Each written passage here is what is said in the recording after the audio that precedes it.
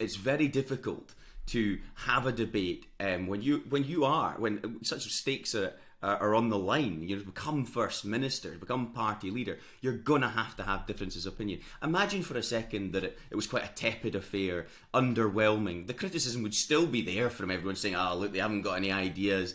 At least we are moving to a position where we're talking about real issues on competence. So I think it was almost inevitable. That's the very nature of these types of contests, that you're going to have those disagreements.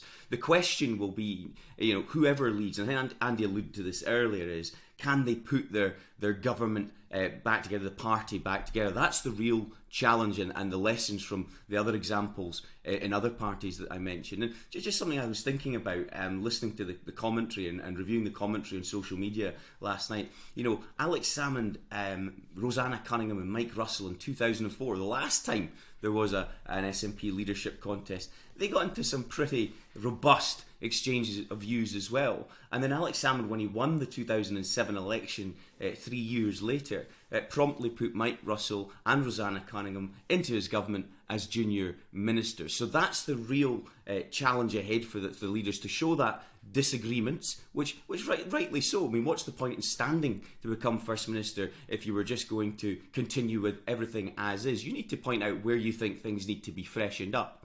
All that said, I do think it's interesting where this campaign goes now, and I do wonder if Kate Forbes' team will think, right, okay, we've made our point, we're in the fight, we've shown some steel, we might need to dial down some of the rhetoric.